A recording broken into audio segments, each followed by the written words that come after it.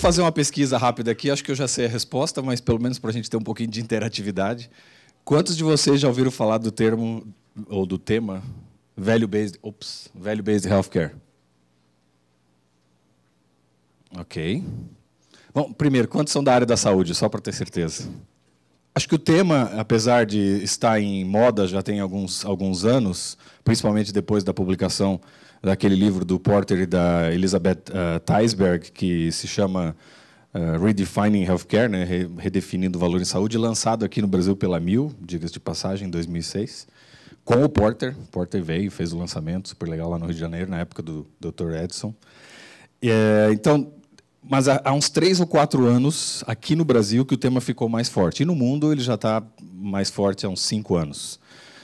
Por que eu falo assim 3, 4, 5 anos? Porque, de verdade, é quando a coisa começou a acontecer. Depois que o livro foi lançado, teve lá o seu frisson, mas entre o conceito e a prática, né, demorou um tempinho, e hoje você vê muito mais movimento. O histórico, na verdade, do conceito de se usar, né, a terminologia valor começou na Europa, mas o livro, ele, né, inclusive o próprio livro usa exemplos, né, mas o livro ele acabou expandindo o mundo afora. E por que esse é o caminho? Por que esse é chamado Value-Based Healthcare? E aí eu já começo falando para vocês dos perigos que a gente está ouvindo hoje aqui no Brasil, principalmente.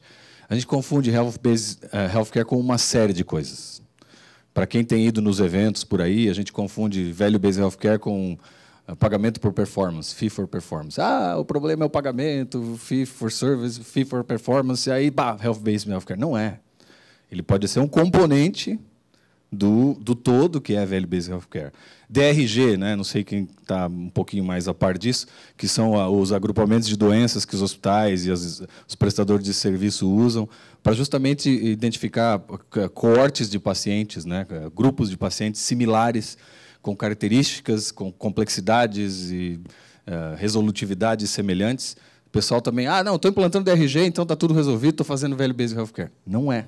Ele é um componente importante para que a gente tenha dados e dados confiáveis para que a gente possa implementar modelos baseados em valor.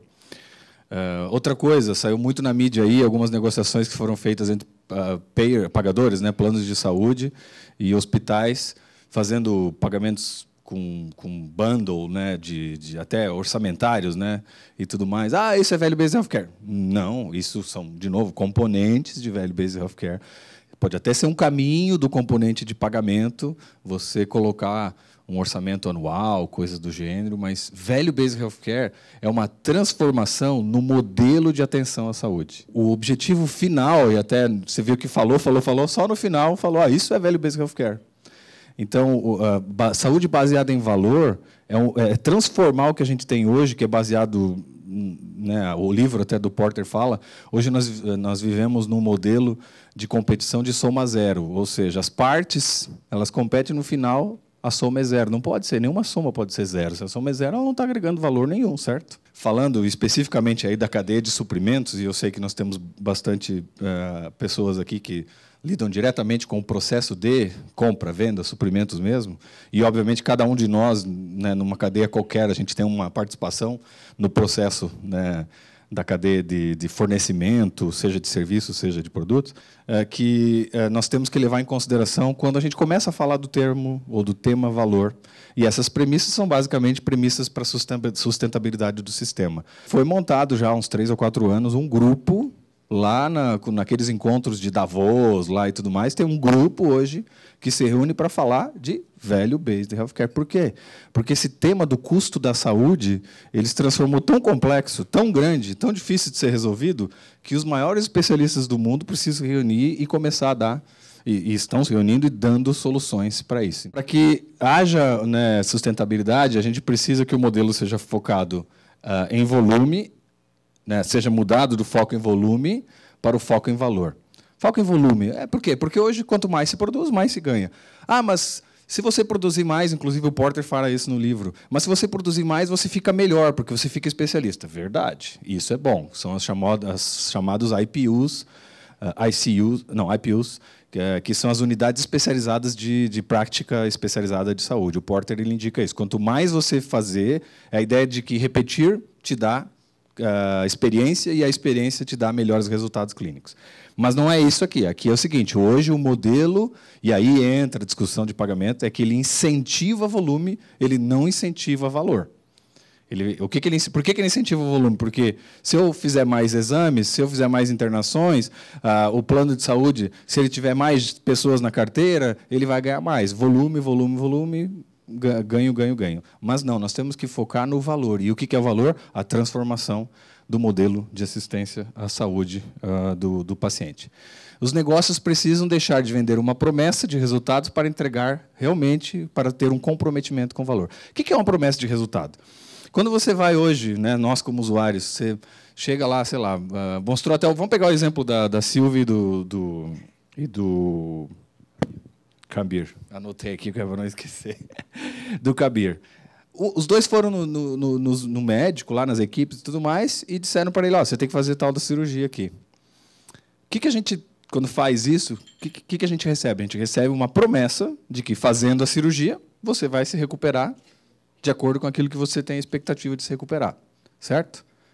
Só que hoje nem sempre tem esse comprometimento. O médico faz, o hospital faz, sei lá, todo mundo faz. Eu estou usando exemplos que são exemplos da cadeia, tá? Não estou criticando ninguém. É o modelo todo. Todos nós estamos no mesmo problema. O problema não está no lado A, B ou C. Acontece que, se não entregar o resultado como você esperava, o que você faz? Muitas vezes você vai para um outro médico, vai para um outro hospital. E aquele que fez o procedimento continuou recebendo por aquilo que prometeu ser entregue. Mas a saúde não é uma ciência exata. De fato, não é. E por isso que nós temos que ter ser bastante criteriosos em definir o que é justamente a expectativa de entrega, quais são os resultados, os outcomes, né, que é o conceito que se usa para resultados clínicos, que aqui no Brasil a gente está usando o termo desfechos, meio complexo, mas, enfim, resultados clínicos.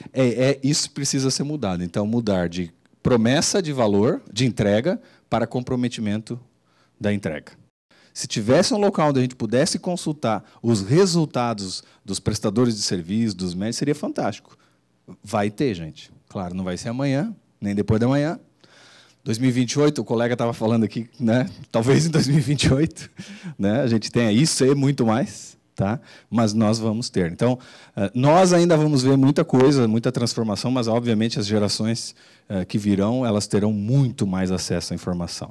Mensuração de resultados está ligado a isso, né? O próprio BCG, que foi quem fez o vídeo aqui, que é a BCG, a consultoria, né? Boston Consulting Group, ela faz parte de um consórcio. Ela é a BCG, mais a Harvard, do Porter, e a Universidade / Hospital Karolinska, na Suécia, montaram um consórcio que chama ICHON, que é um consórcio internacional para medição de desfechos ou outcomes em saúde. Então, assim, e por que isso?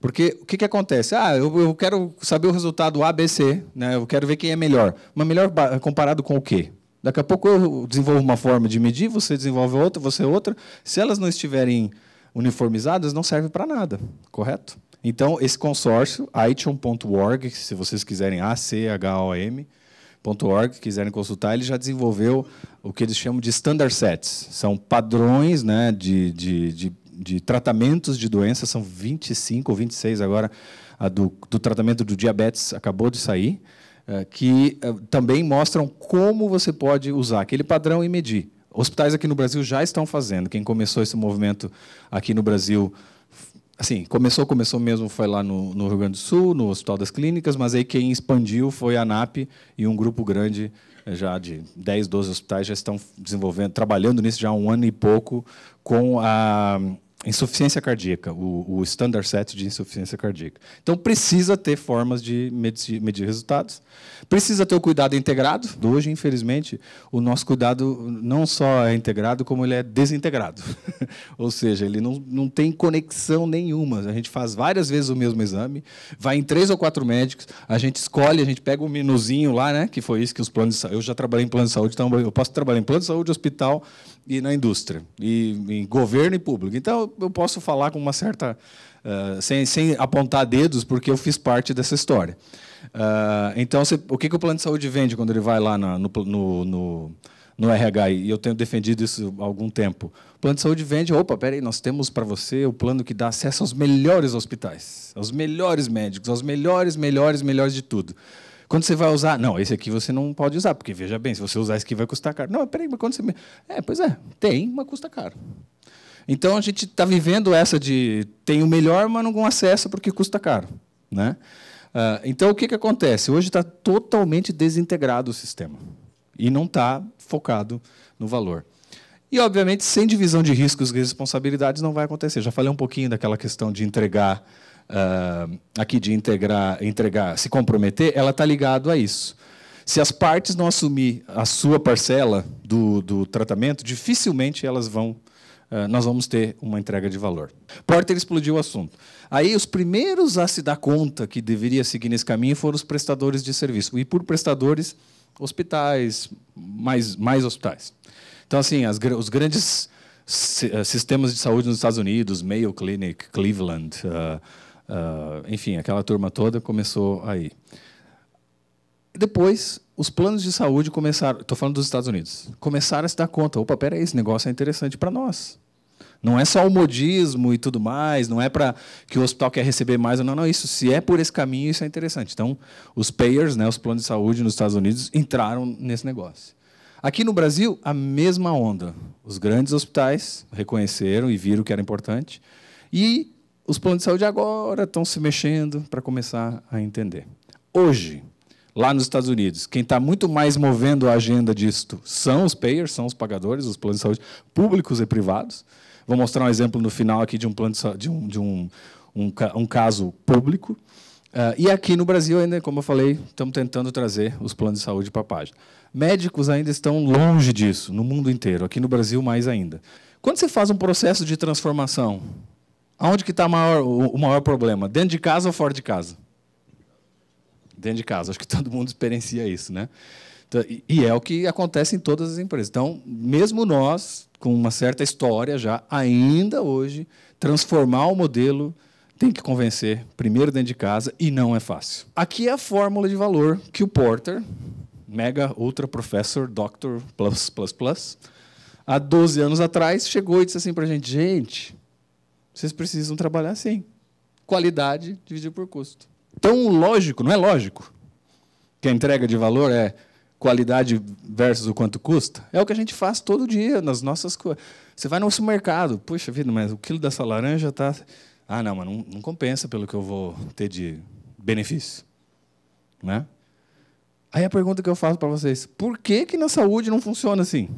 Se é tão óbvio. Alguém tem a resposta? Muito simples. Porque em saúde, lógica e racionalidade não funciona. Certo? É verdade. Porque sempre vai contar aquele caso, ah, não, mas minha situação... Ah, não, mas veja bem, saúde não tem preço, mas não tem custo, tem custo, mas não tem preço, esse troço assim. Então, é por isso que na saúde demorou tanto para a gente compreender que nós também precisamos fazer o que o mercado faz, que é a avaliação de, realmente, o que de fato agrega valor no processo produtivo. Fundamentos para a Value-Based Healthcare, eu já até coloquei lá, mas você precisa, basicamente, ter certeza de que os resultados clínicos sejam claros, mensuráveis. Então, por exemplo... discutir entrega de valor. Ah, não, mas espera aí, o meu hospital, o médico, ah, não, a minha história, a minha casuística é que a taxa de mortalidade é tal. Oh, legal, taxa de mortalidade. Mas vamos entender um pouquinho melhor? Qual é a característica dos pacientes que você tem? Ele reinterna depois, não reinterna? Quanto tempo depois ele reinterna? Quantas complicações, que taxa de infecção hospitalar teve, que também é importante, mas é genérico. Então, a ideia é a seguinte... Para você entregar valor, você não pode ser genérico, não pode ser no atacado. Valor tem que ser por grupo. Por isso que você precisa identificar coortes, né, ou grupos de pacientes, amostras de pacientes que sejam comparáveis para poder entregar valor. Tá? E aí o que a gente chama de coortes específicas. Quando o Porter escreveu o livro, e ele deu essa chapuletada na nossa cara, como gestores de saúde, ele disse o seguinte, olha, gente... A competição de vocês está baseada em uma soma zero, e vocês precisam fazer isto. Vocês, hospitais, que são os providers, façam isso. Né? Vocês, planos de saúde, empregadores, no caso, suppliers aqui, né, a indústria, os que definem as políticas de saúde, e vocês, pacientes. Para vocês resolver o problema, está aqui a receita de bolo. Claro que foi uma receita de bolo gigante, depois você tem que ir cortando esse bolo em pedaços para tentar entender o que ele quer dizer. Nossos pacientes não têm um atendimento integrado, o paciente interna e ninguém sabe o que acontece dele após a alta, o modelo é muito hospitalocêntrico. Outro dia eu estava numa apresentação, o cara, mas é. Os melhores modelos, onde o paciente está focado no... é o foco principal, não é o hospitalocêntrico. Mas o hospital agora está indo para a atenção primária. Beleza, mas então você não está sendo só mais hospital, você está sendo hospital, você está sendo, né, atenção primária, secundária, terciária, quarta. Beleza, isso aí, sistema de saúde. Ok, nada contra, pode ir por esse caminho, perfeito, é isso que precisa mesmo. Atendimento integrado do primeiro ao quarto nível. E a indústria de saúde ela tem um papel, não vou entrar em todos os itens, mas a indústria de saúde, aqui eu sei que nós temos vários representantes de pharma, medical devices, diagnósticos, ela tem um papel importante nesse processo. Por quê? Porque, de alguma maneira, ela é uma das forças que levam à transformação, seja aquela transformação de tratamento, né, especificamente médica, mas também a transformação tecnológica. E agora ela tem um papel fundamental na transformação sistêmica. Muitas indústrias estão avançando, a própria Medtronic e outras que eu sei que estão aqui, avançando em entregar serviços, coisa que no passado, né, ela entregava só o hardware, o que é comum em outras indústrias também, né? Há quanto tempo que a indústria de tecnologia, né, de IT, entendeu que entregar só o hardware não ia servir para muita coisa, ela precisava avançar em serviço? Há muito tempo. E saúde está chegando agora. Agora, nos últimos 3, 4, 5 anos. Então, assim, é importante. E ela tem também, em muitos casos, uma base de informação muito grande. Por quê? Porque os dispositivos, eles guardam muita informação.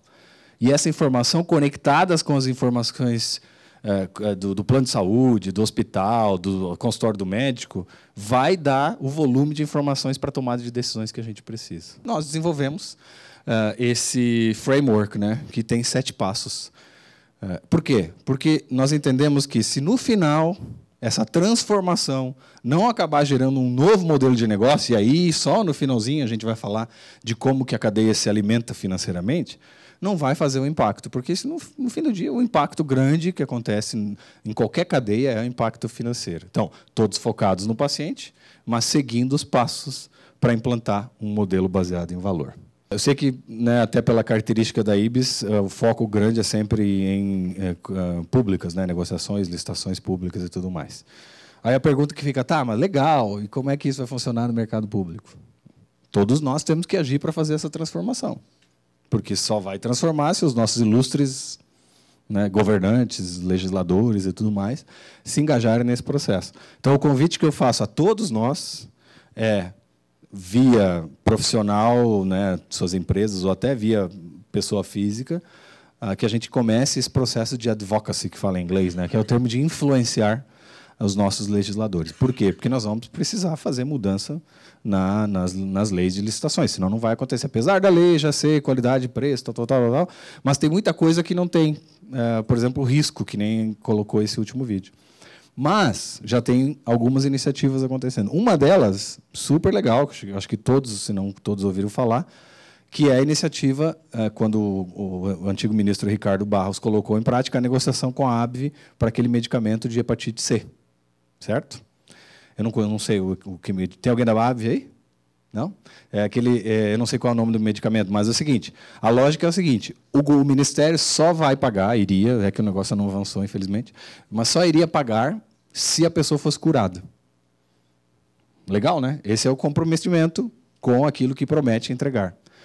Mas nem tudo é cura. Sim, nem tudo. Então, cura é mais fácil. Em alguns casos, tratamento farmacológico é mais fácil, mas nem todos. Mas é uma ideia, é a lógica. O que importa nisso tudo é a lógica, não necessariamente a gente ficar fixo naquela solução. Tá bom? Obrigado, eu fico à disposição, então, depois aqui no painel para perguntas e respostas.